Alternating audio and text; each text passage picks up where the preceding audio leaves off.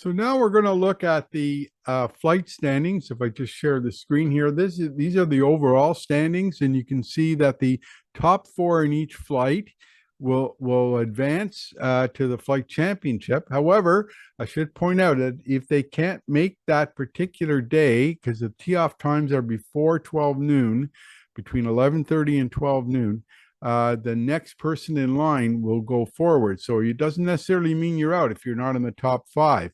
However, if you want to see a closer analysis of where each division stands, you go to the on the bubble. And if we look at each one, you can see that these are the next four. So the top four are in there, but the next four are 223 to 221.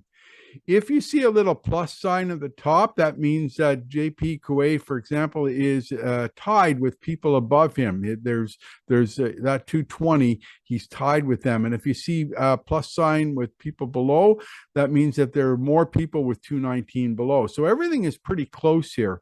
In the C division, Bill McGregor is tied with people in the fourth spot. And Ray Jones is tied with more people below him in the sixth spot right now. C division, D division seems to be straightforward. If you want to see where you stand overall, then you just go to the overall form. It's sorted by flight A. And then flight B, there'll be a little colored area to show you where the next flight begins. And then flight C, and then flight D. Now, the flight championships begin on September the 14th. So you've got 2 weeks to make your flight. So this week and next week. So good luck with that.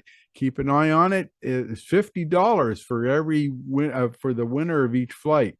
As I mentioned last week, it's a playoff format of you go out with your top four with that group for that week, and it's an intersectional type format with a handicap. So I'll have special scorecards for you. It's 9 holes.